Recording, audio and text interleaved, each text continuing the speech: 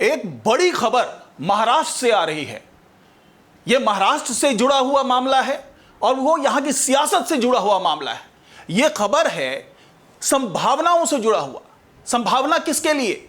संभावना एकनाथ शिंदे के लिए, क्योंकि यह संभावना उनके बागी गुट जो शिवसेना से टूट करके जो विधायक आए हैं उनसे जुड़ा हुआ है। ये क्योंकि अब महाराष्ट्र के सियासत में राज ठाकरे की एंट्री हो गई है।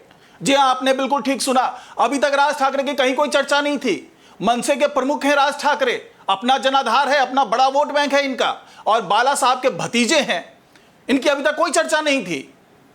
चर्चा थी केवल शिवसेना की जिसकी अगुवाई उद्धव ठाकरे कर रहे हैं, चर्चा थी एकनाथ शिंदे की जिसने बगावत की है, लेकिन राज ठाकरे की कहीं कोई चर्चा नहीं थी। अगर गहाई बगाई चर्चा हो रही थी तो वो हो रही थी बीजेपी की, देवेंद्र फडणवीस की चर्चा हो रही थी, लेकिन राज ठाकरे चुप थे, मौन थे। इस पूरे खेल में राज ठाकरे का कहीं कोई जिक्र नहीं था। लेकिन एक बार फिर राज ठाकरे की एंट्री हो रही है, और यह एंट्री कैसे हो रही है इसको समझिए जरा। एकनाथ शिंदे ने 3 बार फोन किया है राज ठाकरे को पिछले 24 घंटे के अंदर। हालांकि एकनाथ शिंदे कहते हैं कि मैं उनका स्वास्थ्य के बारे में हालचाल जानने के लिए मैंने उनको फोन किया, लेकिन खबर कुछ और है।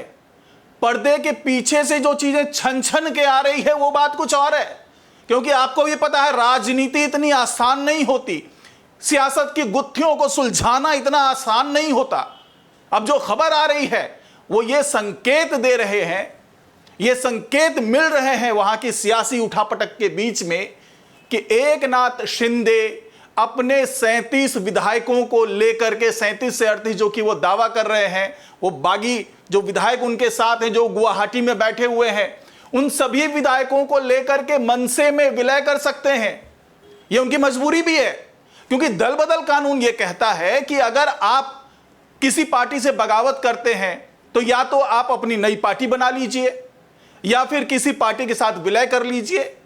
और जिस तरीके के महाराष्ट्र में विधानसभा में जो सियासत चल रही है, विधानसभा के अंदर जो एनसीपी के डिप्टी स्पीकर हैं, जो विधानसभा के डिप्टी स्पीकर वो एनसीपी नेता हैं, और पिछले दिनों उद्धव ठाकरे के दबाव में आकर के उन्होंने नोटिस भी जारी कर दिया 16 विधायकों को अयोग्य साबित करने के लिए। अब या तो एकनाथ शिंदे इसकी लड़ाई लड़ें, अपना दावा मजबूती से रखें कि जिस 16 विधायकों को अयोग्य करार करने की बात चल रही है वो दरअसल एक दल बदल कानून के तहत ही आते हैं और वो अयोग्य करार नहीं दिए जा सकते, क्योंकि 37 विधायक जो दल बदल कानून के लिए जरूरी हैं वो एकनाथ शिंदे के साथ हैं, तो आप अयोग्य कैसे साबित कर सकते हैं। लेकिन जो वहां के डिप्टी स्पीकर हैं वो इस बात पे तुले हुए हैं, उद्धव ठाकरे भी हैं, जो संजय राउत हैं, दबाव डाल रहे हैं कि इन्हें आप अयोग्य साबित कीजिए, ताकि जो आगे की प्रक्रिया है, सरकार गिराने की प्रक्रिया है, उसमें ये लोग भाग ही ना ले पाए।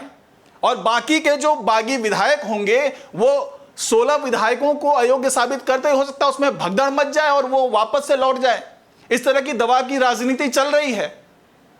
तो अब एकनाथ शिंदे के पास यही एक रास्ता बच गया था कि या तो जल्दी से कोई नई पार्टी बना ले, जो कि पिछले दिनों दावा करते रहे हैं कि शिवसेना बाला साहेब के नाम से कोई पार्टी बनाने की बात होगी, या फिर वो किसी पार्टी में विलय करें। पार्टी बनाने में एक लंबी प्रक्रिया है, उसमें विधानसभा में भी जाना पड़ेगा, और जाना पड़ेगा आपको, क्योंकि सबसे पहले आपको साबित करना पड़ेगा कि 37 से ज्यादा विधायक हमारे साथ हैं। स्पीकर के सामने साबित करना पड़ेगा, और जब स्पीकर राज्य सरकार के साथ है तो उस पर साबित करना भी बहुत बड़ी बात होगी। उसके बाद आपको निर्वाचन आयोग जाना पड़ेगा, वहां से अपना चिन्ह लेना पड़ेगा, अपनी नई पार्टी तैयार करनी पड़ेगी। यानी एक बहुत बड़ी लंबी लड़ाई होनी है, इसके बाद कोई नई पार्टी बन सकती है।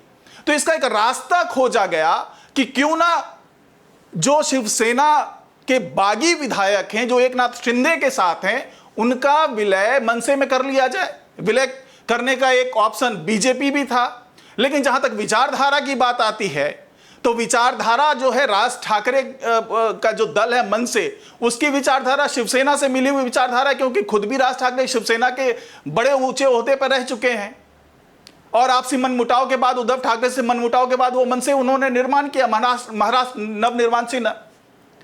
तो एकनाथ शिंदे के लिए हर तरीके से ये मनसे जो है वो मुफीद बैठता है, और वो यही वजह है कि अब ये खबर जो छन छन के आ रही है, 1-2 दिन में हो सकता है इसकी पुष्टि भी हो जाए कि एकनाथ शिंदे अपने बागी विधायकों को साथ लेकर के मनसे में शामिल हो रहे हैं, और शामिल होने के बाद मनसे एक तरीके से हो सकता है कि सपोर्ट कर दे बीजेपी को, और बीजेपी को सपोर्ट करने के बाद सरकार बन जाए, और एकनाथ शिंदे के जो बागी विधायक हैं वो खुद भी कंफर्टेबल फील कर रहे हैं मनसे में, क्योंकि उनकी विचारधारा मेल खाती है। साथ ही जो जमीन पे उतरे हुए जो शिवसेना है, जो शिवसेना के कार्यकर्ता हैं, जो शिव सैनिक हैं, उनके लिए भी ये बड़ा फेरबदल नहीं होगा, और वो एक जो बड़ा वोट बैंक है महाराष्ट्र में शिवसेना का, वो मनसे के साथ जुड़ जाएगा, क्योंकि इसमें विचारधारा का कोई बहुत बड़ा फर्क नहीं आ रहा है। शिवसेना की विचारधारा वही है जो मनसे की विचारधारा है। तो ये एक बहुत बड़ा कदम है जो कि आने वाले 1-2 दिन के अंदर या 24 घंटे के अंदर ये हो सकता है कि महाराष्ट्र की सियासत में ये बड़ी खबर आपको सुनने में आए। हालांकि एकनाथ शिंदे के पास एक और विकल्प था, वो था एक प्रहार पार्टी, जो कि उनके बागी विधायक हैं बच्चू, उनके साथ उनकी एक पार्टी है प्रहार पार्टी। उनके बारे में ये कहा जाता है कि वो अपने दमखम पे ही हमेशा चुनाव जीतते हैं, और अगर एकनाथ शिंदे अपने विधायकों को लेकर के उस पार्टी में शामिल हो जाते हैं, प्रहार में शामिल हो जाते हैं, तो हो सकता है कि बच्चू जो हैं उनको एकनाथ शिंदे की अगुवाई पसंद ना हो, क्योंकि वो हमेशा अगर कोई चुनाव जीते भी हैं तो अपने बल पे जीते हैं, अपनी विचारधारा को लेकर जीते हैं।